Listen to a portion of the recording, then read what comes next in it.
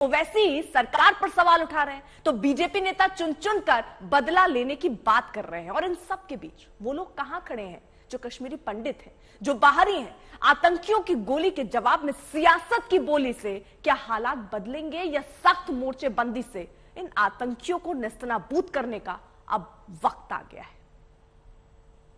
ये मोदी सरकार की नाकामी का एक और मिसाल है कश्मीर में, और इसकी पूरी जिम्मेदारी जो है वो भारतीय जनता पार्टी और उनकी सरकार पर आती है कि उन्होंने वो कश्मीरी पंडितों को उनकी जान की हिफाजत करने में नाकाम साबित हो रहे हैं। तो ये सवाल जो है देश के प्रधानमंत्री को देना चाहिए था।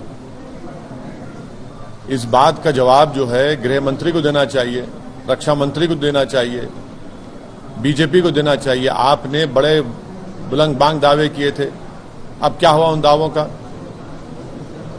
पूरे कश्मीरी पंडित आज डर और खौफ के आलम में जिंदगी गुजार रहे हैं। वो कश्मीर छोड़ना चाहते हैं, मगर सरकार, ये नाकामी है, बीजेपी की नाकामी है। पाकिस्तान कश्मीर को कब्रिस्तान बनाने की हमेशा साजिश करता रहा है, लेकिन पाकिस्तान की हर साजिश को हमारी सेना, हमारी पुलिस और पैरामिलिट्री फोर्सेस के साथ साथ जम्मू कश्मीर की जनता ने हमेशा मुंह तोड़ जवाब दिया है।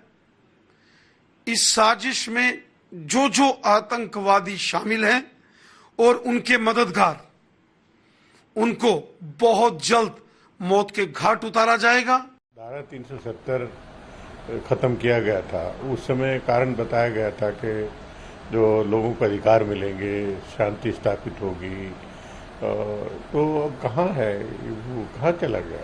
ये तो टारगेटेड किलिंग हो रही है, लगातार हो रही है, रुकने का नाम नहीं ले रही है। तो और आर्टिकल 370 लगाने, उसको हटाने के पीछे जो कारण दिए गए थे, जो औचित्य दिया गया था, वो कहीं आता पता नहीं दिखाई दे रहा है। हमारे सुरक्षा बल जीरो टॉलरेंस पर काम कर रहे हैं और लगातार इस प्रकार से जो टारगेट किलिंग पहले भी हुई है उनको भी मार गिराया गया है। इनको भी छोड़ा नहीं जाएगा, लेकिन ये साफ जाहिर होता है कुछ राजनीतिक पार्टियां जो गलत बयानबाजी के साथ करती हैं, इन लोगों को बल मिलता है। तो अब ये काबिले बर्दाश्त तो नहीं है। एक जो मुहिम हमारे कश्मीरी पंडित समाज को वापस लाने की कोशिश की जा रही है, उसमें अपना ये विघन डालने के लिए इसको किया गया है। लेकिन जल्द ही उम्मीद करनी चाहिए, इस प्रकार की जब कोल्ड वार होती है तो इस प्रकार के बलिदान होते हैं, उनकी बलिदान व्यर्थ नहीं जाएगा। कश्मीर में बीते 3 साल में टारगेट किलिंग सुरक्षा बलों के लिए एक चुनौती बन गया है। 2022 में यह सिलसिला शुरू हुआ, लेकिन इस साल 2 दर्जन से ज्यादा टारगेट किलिंग से घाटी सहमी हुई है। आखिर क्यों आतंकी टारगेट किलिंग पर उतर आए हैं, ये स्पेशल रिपोर्ट आपको दिखाते हैं।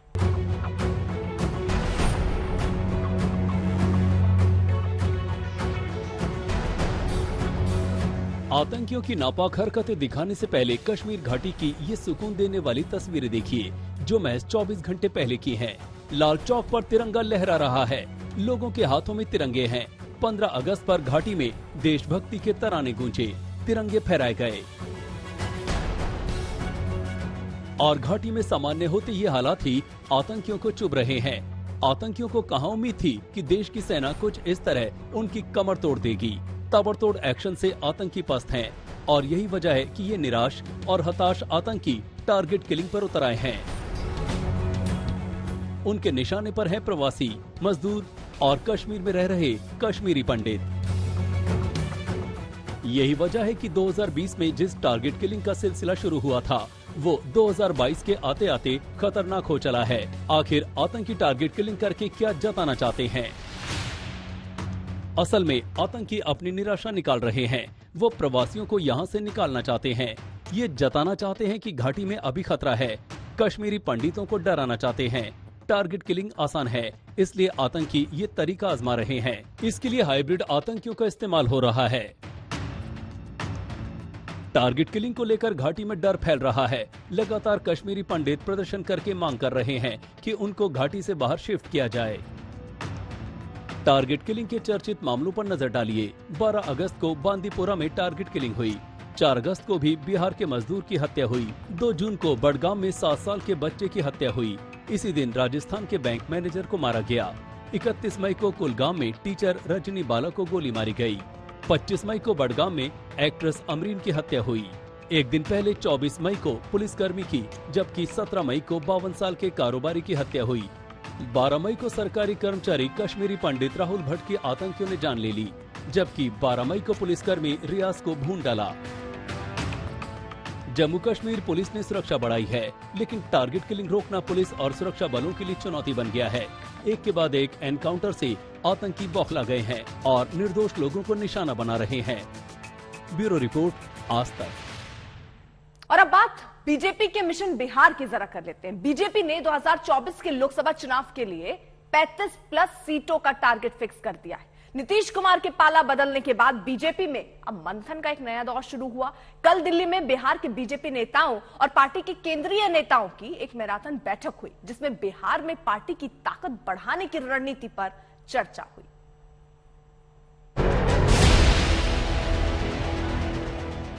बिहार की सत्ता हाथ से खिसक गई तो बीजेपी के नेता दिल्ली में मंथन के लिए बैठ गए। गृह मंत्री अमित शाह आए, बीजेपी अध्यक्ष जेपी नड्डा पहुंचे, पूर्व केंद्रीय मंत्री बिहार से बीजेपी सांसद रविशंकर प्रसाद पहुंचे। केंद्रीय मंत्री गिरिराज सिंह समेत बीजेपी की बिहार कोर कमेटी की बैठक में तमाम दिग्गज नेता आए। इस सवाल पर मंथन करने के लिए कि जब देश में बीजेपी का विस्तार हो रहा है तो बिहार में अपने दम पर कमल क्यों नहीं खिल रहा। करीब 3 घंटे की लंबी मंत्रणा के बाद बिहार में बीजेपी की ताकत बढ़ाने के लिए कई अहम फैसले लिए गए। बिहार बीजेपी के अध्यक्ष संजय जायसवाल के मुताबिक नीतीश सरकार के खिलाफ पोल खोल अभियान चलाया जाएगा। सड़क से सदन तक जेडीयू आरजेडी गठबंधन के खिलाफ माहौल बनाया जाएगा। ये भी तय हुआ कि उन समुदायों को पाले में लाने की कोशिश की जाएगी जो अब तक पार्टी की पहुंच से दूर हैं। बिहार में बीजेपी के साथ सबसे बड़ी दिक्कत किसी ऐसे लोकप्रिय नेता का उभर पाना है जो अपने दम पर हिंदी पट्टी के इस बड़े सूबे में बीजेपी का बेड़ा पार लगा सके। यही वजह है कि पार्टी विगत में नीतीश कुमार पर निर्भर रही। नीतीश बाबू, इस बात को आप न भूलें कि आप बड़े नेता बने हैं भाजपा के कंधों पर। अटल जी की सरकार में रेल मंत्री, कृषि मंत्री, भाजपा ने 2005 में आपके अपनी पार्टी के विरोध के बावजूद अपना समर्थन देके आपको नेता बना के मुख्यमंत्री बनाया। मोदी जी ने आपको कम सीट के बावजूद 20 में घोषणा करके फिर मुख्यमंत्री बनाया। तो इसका क्या जवाब दिया जाए? स्थानीय चेहरे के अभाव में बिहार में एक बार फिर बीजेपी पीएम मोदी के चेहरे पर निर्भर है। बैठक में बीजेपी ने 2024 के लोकसभा चुनाव में 35 से ज्यादा सीट जीतने का टारगेट भी फिक्स किया। सूत्रों के मुताबिक बैठक में बिहार में इस मसले पर भी चर्चा हुई। संकेत है कि बिहार बीजेपी में अहम पदों पर नए चेहरे लाए जा सकते हैं। सूत्रों के मुताबिक बिहार में पार्टी के अहम पदों पर बीजेपी बड़े बदलाव ला सकती है। एक सशक्त रणनीति होगी, क्योंकि हमने भी बिहार के जनता के साथ वादा किया था। हमने 2020 का चुनाव यदि लड़ा था तो प्रधानमंत्री नरेंद्र मोदी जी के विकासवादी नीतियों के साथ लड़ा था। तो उन विकासवादी नीतियों पर को अमली जामा पहनाने के लिए हम जरूर इसको संघर्ष के रास्ते ले जाएंगे और संघर्ष के अच्छे परिणाम आएंगे। 9 अगस्त को नीतीश कुमार ने बीजेपी से गठबंधन तोड़कर आरजेडी के साथ महागठबंधन में लौटने का फैसला लिया था। कल ही नीतीश के नए मंत्रिमंडल का विस्तार हुआ। बिहार में हुए इस नाटकीय घटनाक्रम के बाद बीजेपी के राज्य और केंद्रीय नेताओं की पहली बैठक थी। दिल्ली से पालोमी साहा के साथ आज तक ब्यूरो। जहां पर एक ही परिवार के 6 लोगों की डेड बॉडी उनके घर से मिली है। अब किन परिस्थितियों में इनकी मौत हुई, आगे जांच चल रही है। तो जम्मू में एक ही परिवार के 6 लोगों के शव मिले हैं। सुनील जी भट्ट हमारे साथ, हमारे सहयोगी और अपडेट के साथ जुड़ चुके हैं। सुनील जी भट्ट, अभी ताजा जानकारी में क्या खबरें सामने आ रही हैं? ये एक ही परिवार के 6 लोग, किस वजह से इनकी जान गई? जी अर्पिता, मैं आपको बता दूं कि दरअसल कल देर रात जो है पुलिस को एक सूचना मिलती है। दरअसल श्रीनगर के रहने वाले एक व्यक्ति हैं, वो जो महिला है शहजादा, उन्होंने अपने परिवार के कुछ लोगों से यहाँ जम्मू में बात की, जो कि जम्मू में यहाँ पर रहते हैं, लेकिन किसी ने फोन नहीं उठाया। बाद में ये सूचना पुलिस तक गई कि काफी देर तक फोन किया जा रहा था, कोई फोन क्यों नहीं उठा रहा। पुलिस की एक टीम गई, मौके पर पहुंची और वहां पर बदबू भी काफी ज्यादा आ रही थी। और बाद में देखा गया कि वहां कुछ जो परिवार के जो लोग हैं वो मृत पाए गए, उनकी लाशें पाई गई। 4 शव वहां से बरामद हुए।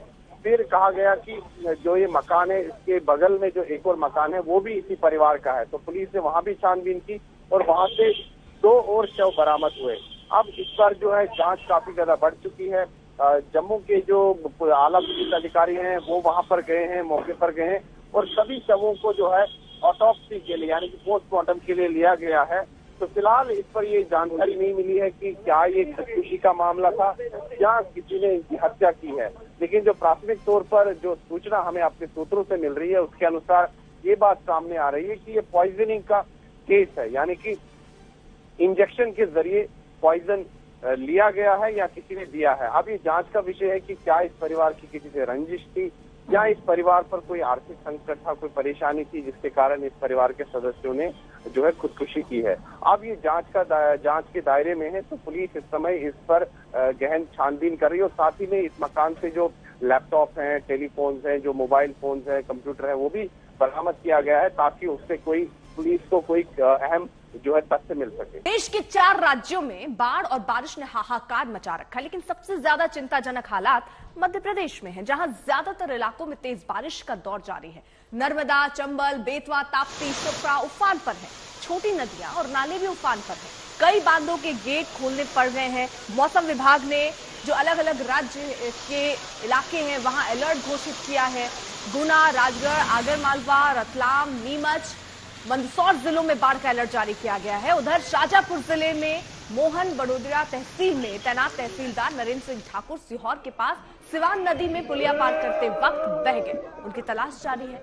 वहीं मुख्यमंत्री शिवराज सिंह चौहान ने नर्मदापुरम के सिठानी घाट पहुंचकर बाढ़ के हालातों का जायजा लिया है और मदद का भरोसा भी दिया है, लेकिन ये हालात कब बदलेंगे, कब ये बरसात थमेगी और बाढ़ जैसे हालात से लोगों का सामना नहीं होगा, ये बड़ा सवाल है।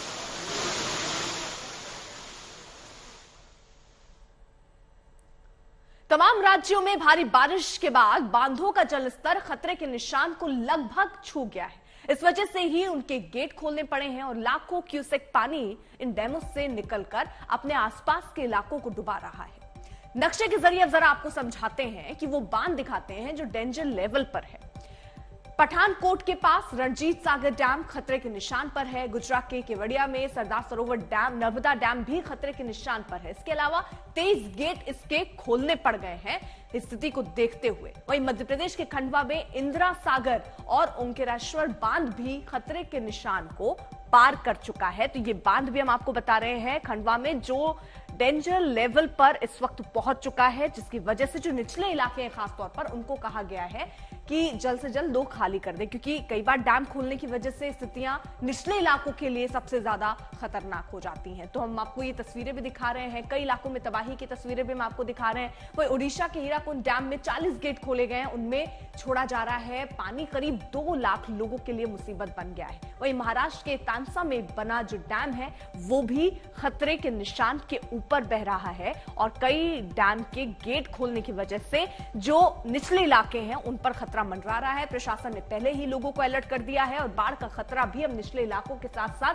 कई ऐसे इलाके हैं जहां पर बढ़ता हुआ नजर आ रहा है और इसीलिए प्रशासन ने ऑरेंज, रेड और जो अलर्ट है वो भी घोषित कर दिया है ताकि उसी हिसाब से काम हो। लेकिन अब पानी जो कि बरस रहा है उसकी वजह से पानी का स्तर जो है वो भी बढ़ता जा रहा है। तो लोग जो अभी तक अपने घर में अपने आप को सुरक्षित महसूस कर रहे थे, खतरा अब वहां तक पहुंच चुका है। अब जल्दी से एक तस्वीर भी हम आपको अलग अलग जगहों की दिखा दें जिससे आप ये देख के और समझ जाएंगे कि हालात किस तरीके के बने हुए हैं, चाहे वो मध्य प्रदेश हो, राजस्थान हो, गुजरात हो, महाराष्ट्र हो, ओडिशा हो या जम्मू कश्मीर हो। बारिश की मार इन सब जगहों पर लोगों पर पड़ रही है, आफत बढ़ती जा रही है क्योंकि अब सड़कें पानी से लबालब हैं, पुल पानी के तेज बहाव में बह गए हैं जिससे संपर्क कट चुका है। कई छोटे गांव ऐसे हैं जिनका शहरों से संपर्क ही नहीं है, ना आप खाने पीने का सामान वहां पर ले जा सकते हैं। वहीं आप देखिए घर जो है वो डूबे हुए नजर आ रहे हैं। जिसका निचला इलाका डूब चुका है वो ऊपर छत पर इंतजार कर रहे हैं किसी की मदद का, ताकि प्रशासन वाले या तो उन तक खाना पहुंचा जाए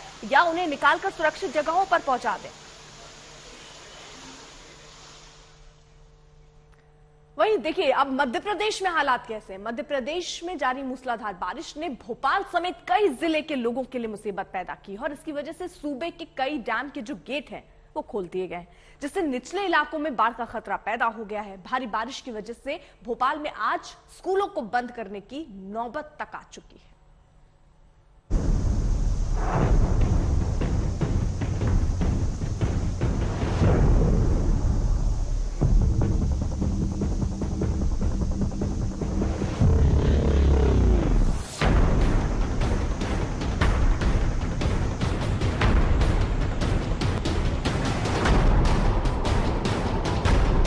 ना बादल फटा है, ना बांध टूटा है, फिर भी पानी का रेला सब कुछ बहाने को आमादा है।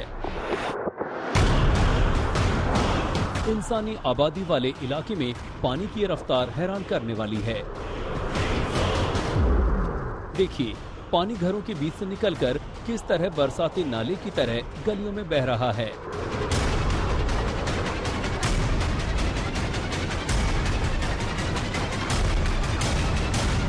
अब अगली तस्वीर देखिए। आसमान से भी पानी बरस रहा है और सड़क पर पानी पूरे रफ्तार से बह रहा है।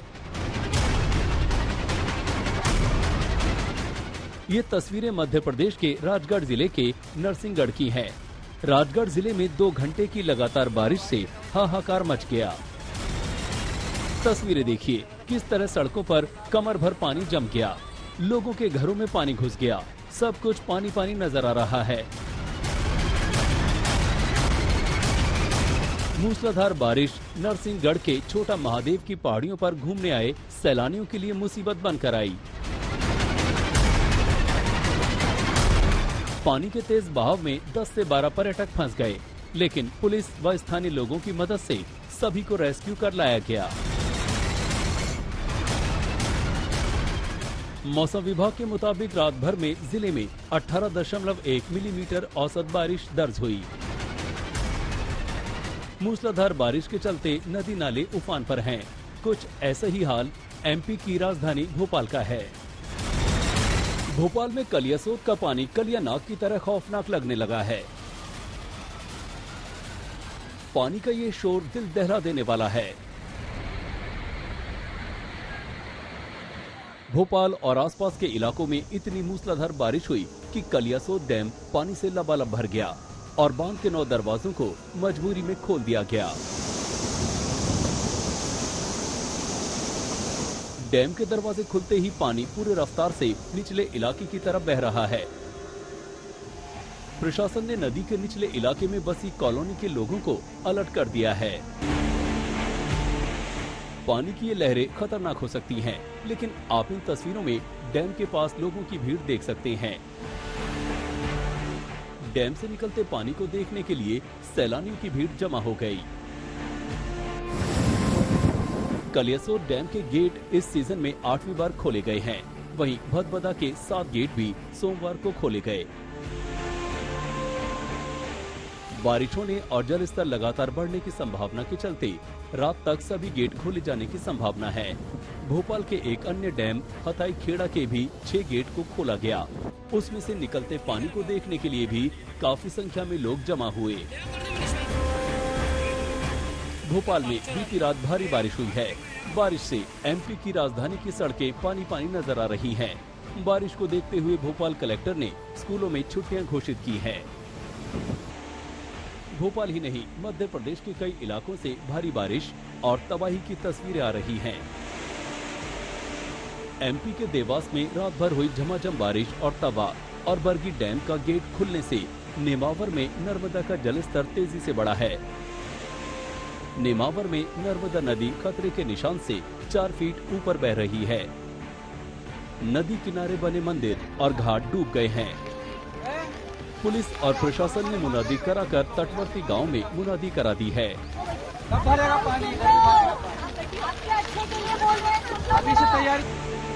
उधर सीहोर में भी नर्मदा नदी उफान पर है।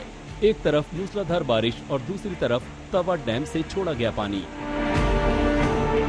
ये दोनों यहाँ संकट का सबब बने हुए हैं। किसी भी संकट से निपटने के लिए यहाँ प्रशासनिक अमला अलर्ट पर है। नर्मदा बुधनी घाट पर पुलिस और आपदा बल की तैनाती कर दी गई है। मौसम विभाग ने अगले 24 घंटे के लिए इंदौर, उज्जैन और नर्मदापुरम संभाग के जिलों में ऑरेंज और जबलपुर, शहडोल, सागर, भोपाल, सागर, रीवा, चंबल एवं ग्वालियर संभाग के जिले में येलो अलर्ट जारी किया है। जाहिर है एमपी के इन इलाकों के लोगों को अभी सावधान रहने की जरूरत है। भोपाल से रवीश पाल सिंह के साथ आज तक ब्यूरो।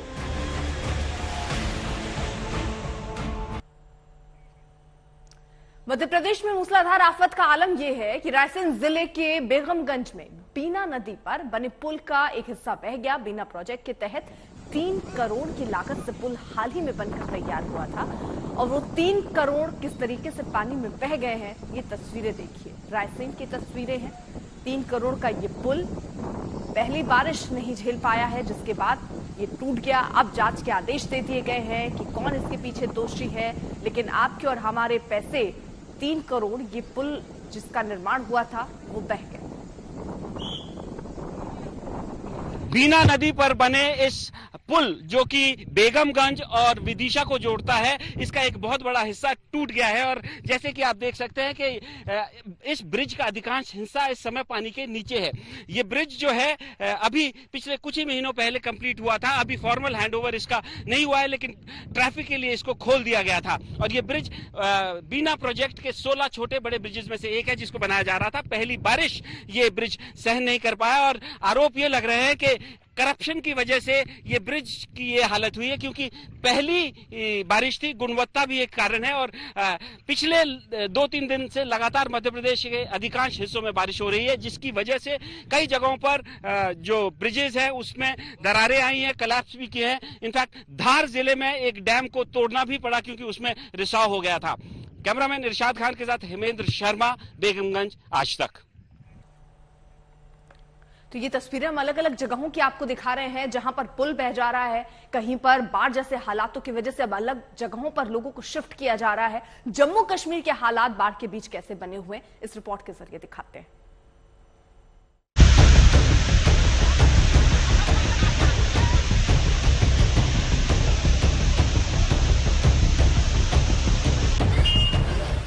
लगातार बारिश से पहाड़ परेशान। कठुआ में हेलीकॉप्टर से चला बचाव अभियान। सबसे पहले जम्मू कश्मीर के कठुआ इलाके की इन तस्वीरों को देखिए। लगातार बारिश से कठुआ में बाढ़ जैसे हालात बन गए हैं। कठुआ की उज नदी उफान पर है और नदी में आए इस सैलाब की वजह से आसपास के कई निचले इलाकों पर संकट के बादल गहरा रहे हैं। हालात इतने बदतर हो गए हैं कि कई घर पानी में बह गए और लोगों को हेलीकॉप्टर के जरिए बचाना पड़ा। देखिए कैसे पानी में फंसे 3 लोगों को बचाकर आर्मी हेलीकॉप्टर सुरक्षित स्थानों पर पहुंचा रहा है। पिछले साल छब्बेचक से ये ब्रीच हुआ तो इसने उस एरिया की कोई लगभग 1100 कनाल के जमीन बर्बाद कर दी। इस साल यहाँ से हुआ है आपके सामने, तो इस साल भी हमारे जो लोग हैं उनकी जमीन भी सारी बर्बाद हुई और लगभग 5-6 ऐसे घर हैं गुज्जर कम्युनिटी के जो पानी में बह चुके हैं। बहुत बड़ा बांध था यार सर, सभी रुड़ गया। ये सभी जगह थी हमारी, जो जगह रुड़ गई इससे में शरा पे गया सर। जो हमारा शमशान घाट था सर वो भी रुड़ गया, उससे ऊपर बांध था सर। सर क्या था सर, इधर बहुत घाट से सर, इधर जितने भी इधर नीचे घाट थे वो 5-6 घाट उनका रुड़ गए सर। कई लोगों को सिर छिपाने के लिए अब गांव के दूसरे घरों में शरण लेनी पड़ रही है। लोगों की मांग है कि प्रशासन बारिश से बर्बाद हुए लोगों को मुआवजा दिया जाए। हमारी जमीन थी किसी जमाने में 60, 70, 80 के दशक में 1985 तक यहाँ पे खेती होती थी। यहाँ धान और रबी की फसल, कनक की फसल जो जहाँ बोई जाती थी, लेकिन अब देखें तो ये पूरी दरिया बन चुका है। रुद्रप्रयाग के करीब केदारनाथ हाईवे पर बारिश में कमजोर हो चुकी चट्टानें अब बिना बारिश के भी दरकने लगी हैं। टूटी हुई इन चट्टानों के बीच जान जोखिम में डालकर दुपहिया वाहन चालक आवाजाही कर रहे हैं, जिससे कभी भी कोई बड़ा हादसा हो सकता है। लगातार भारी तादाद में यहाँ सड़क पर बड़े बड़े पत्थर गिर रहे हैं, लेकिन वाहन चालक उन्हें साइड कर बीच से निकल रहे हैं। लगातार बारिश ने पहाड़ी इलाकों की परेशानियां बढ़ा दी हैं। रोजमर्रा की जिंदगी को आगे बढ़ाना लोगों के लिए बड़ा इम्तिहान बन गया है। रुद्रप्रयाग से प्रवीण सेमवाल के साथ आज तक ब्यूरो।